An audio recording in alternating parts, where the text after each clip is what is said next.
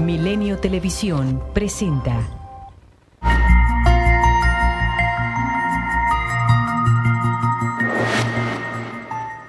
Hola, ¿qué tal? Muy buenas noches y bienvenidos a Mercados en Perspectiva.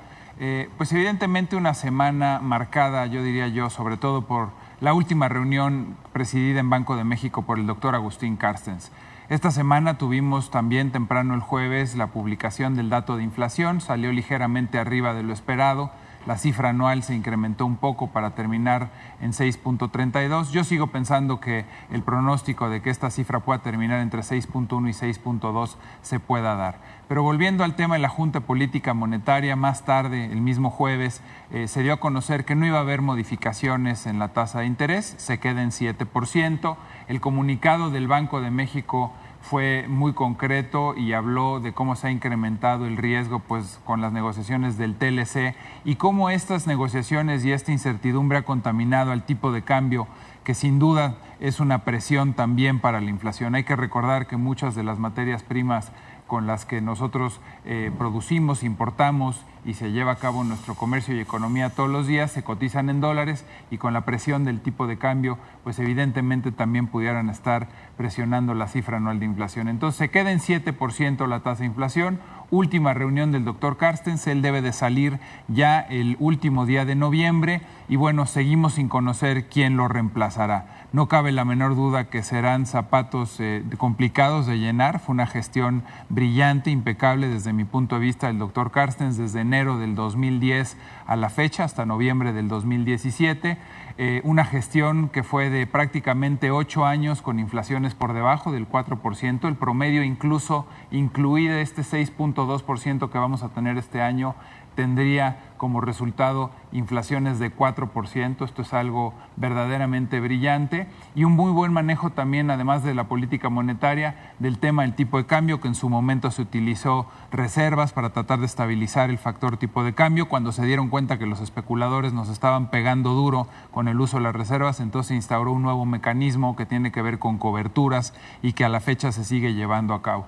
En fin, mi más amplio reconocimiento, felicitación y desde luego pues mucha suerte como director del Banco Internacional de Pagos, la institución financiera más antigua del mundo y que aglutina 60 bancos centrales, una posición de mucho prestigio y muy bien merecida para el doctor Carstens. Bueno, brevemente quisiera tocar un tema que tiene que ver con las expectativas de crecimiento, como en este 2017 han sido mucho mejores a las esperadas. Ya lo comentaba yo el programa pasado, en el caso de México, como el año ha sido mucho más favorable a lo que se pensaba cuando ganó Trump y cómo las cifras de crecimiento, exportaciones, economía, creación de empleo, incluso de consumo, han sido mucho mejores. Pues no ha sido la excepción México. Yo les diría que prácticamente alrededor de todo el globo las expectativas han sido mejores. Y les quiero comentar, por ejemplo, y pueden verlo en la diapositiva que está en pantalla, cómo Europa también ha tenido un crecimiento mucho más sólido de lo esperado. 2.2% contra expectativas que los ubicaban a principio de año entre 1.5 y 1.6%. Preocupa en alguna medida la revaluación del euro. El euro se ha estado revaluando este año, al igual que el peso y que todas las monedas, pero yo les diría que con más fuerza el euro.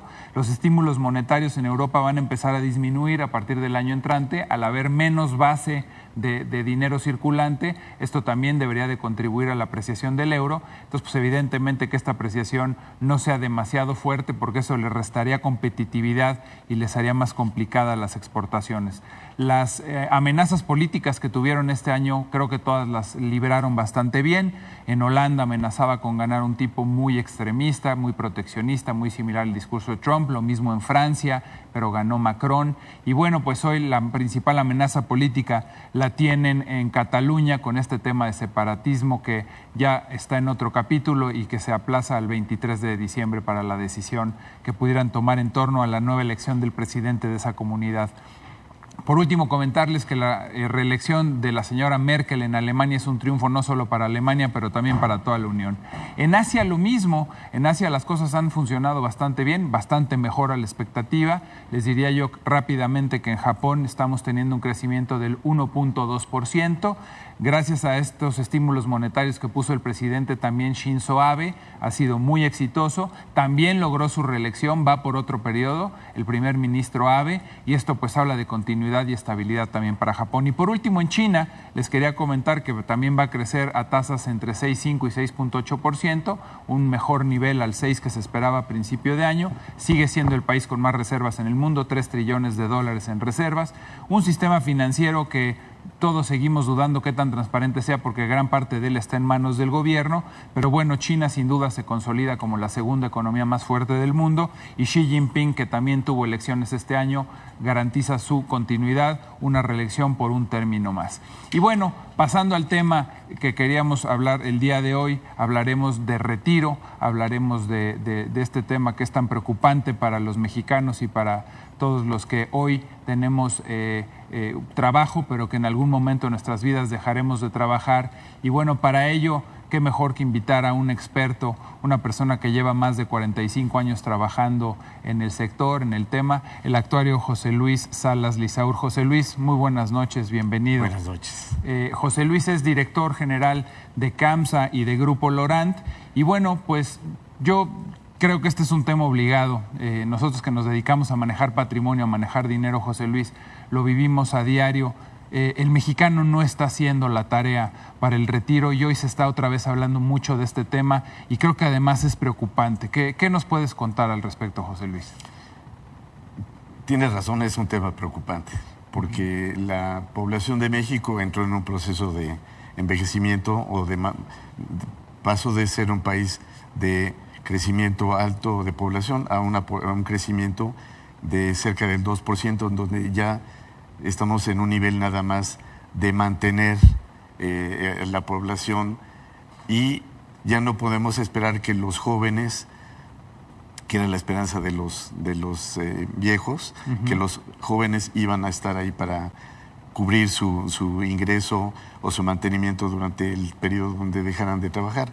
Hoy en día las familias se han hecho mucho más chicas, tienen 1 o 2 hijos y cada generación se tiene que hacer cargo de ahorrar lo suficiente para jubilarse.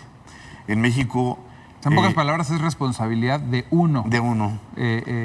Acumular y guardar el patrimonio suficiente para garantizar un retiro digno. Así es, y es responsabilidad del gobierno crear los ambientes, los espacios, las leyes para que ese ahorro se pueda canalizar para la jubilación y poner reglas que lo faciliten. Hoy en México mantenemos un nivel de contribución muy bajo, se ahorra muy poco para la jubilación y eso los que ahorran, porque cerca del 60% de la población no tiene un empleo formal y entonces no está ahorrando para su retiro. Eso es un drama, ¿no? 60% de la economía, yo le llamo ilegal o informal, como le quieras llamar. Pero ese 60% pues no está haciendo absolutamente nada. Y luego el 40%, que sí es de la economía formal, ahí entra esta preocupación en donde la contribución es muy poco. Y de alguna manera esto ha dado lugar a que como parte de las campañas políticas se hagan se establezcan sistemas así de lo que se les viene en mente y uno establece 580 pesos, otros 900. No hay una...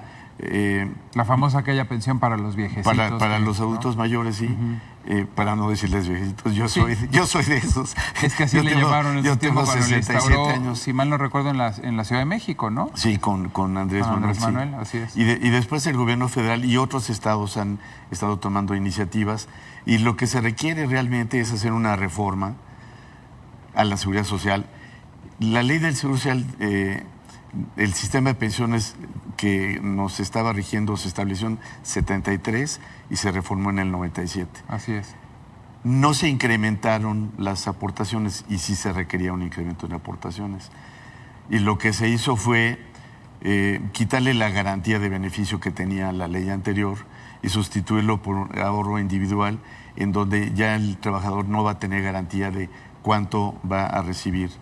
Y realmente va a recibir muy poco los que lleguen a acumular más de 25 años de cotizaciones. Y desgraciadamente la informalidad o los problemas de la economía no le permiten a la gente tampoco acumular tantos años de aportaciones. O sea, los que estaban en el sistema de la Ley 73 tienen todavía, digamos que lugar a una pensión un poco más digna o más holgada, Sí. sin embargo, muy distante de su último ingreso, ¿no? Sí. Porque además me lo comentabas antes de empezar el programa, la gente conforme va creciendo profesionalmente, pues va pudiendo ahorrar más, pero tu promedio de ahorro no es constante, ¿no? Es creciente, ¿no? Sí, de hecho, todos tenemos una carrera salarial, ¿no? Empezamos con un salario bajo y según vamos adquiriendo experiencia, vamos asumiendo más responsabilidades.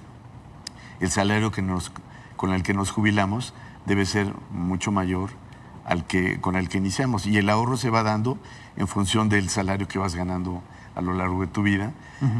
Y actualmente el nivel de contribuciones, que es del 6.5%, en donde, por cierto, la mayor parte de la carga es del patrón, que absorbe 5 puntos de esos 6. De ese 6.5. De 6.5. Para darnos una idea, ¿cuánto es 6.5%? Son 24 días de salario al O año. sea, ahorramos para el retiro 24 días de salario al año. Después ¿Cómo compara esto con otros países? Pues mira, un caso muy cercano podría ser Chile, donde ahorran el 10%. De quien también copiamos el sistema de las Afores. Así ¿no? es, pero inclusive los chilenos ya después de...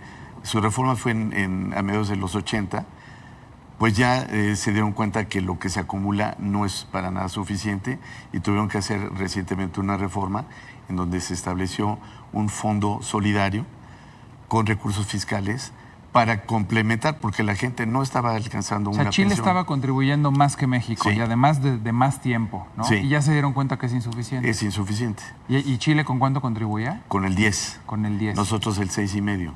Otros países, Pues te puedo algún ejemplo que poner seguir. como ejemplo Israel el 15%, Suecia casi el 19%. En realidad, una jubilación requiere más de 2 meses de salario de ahorro al año. Es lo que te iba a preguntar. ¿Qué reforma requerimos desde tu punto de vista y cuánto debería ser esta tasa de ahorro que hoy es del 6.5? Pues mira, para empezar tenemos que poner un piso, que yo le denomino una pensión universal, porque no todos van a contribuir lo suficiente y necesitas tener un ingreso mínimo que garantice que la población de adultos mayores no va a vivir en la pobreza, porque viejos y pobres es una muy mala condición. Así es. ¿No? Entonces se requiere una pensión universal que podría ser de 20 días de salario mínimo, pensando en una pareja son 40 días de salario mínimo. Tampoco es que vayan... Ojo que esto tiene que salir del presupuesto. Sí.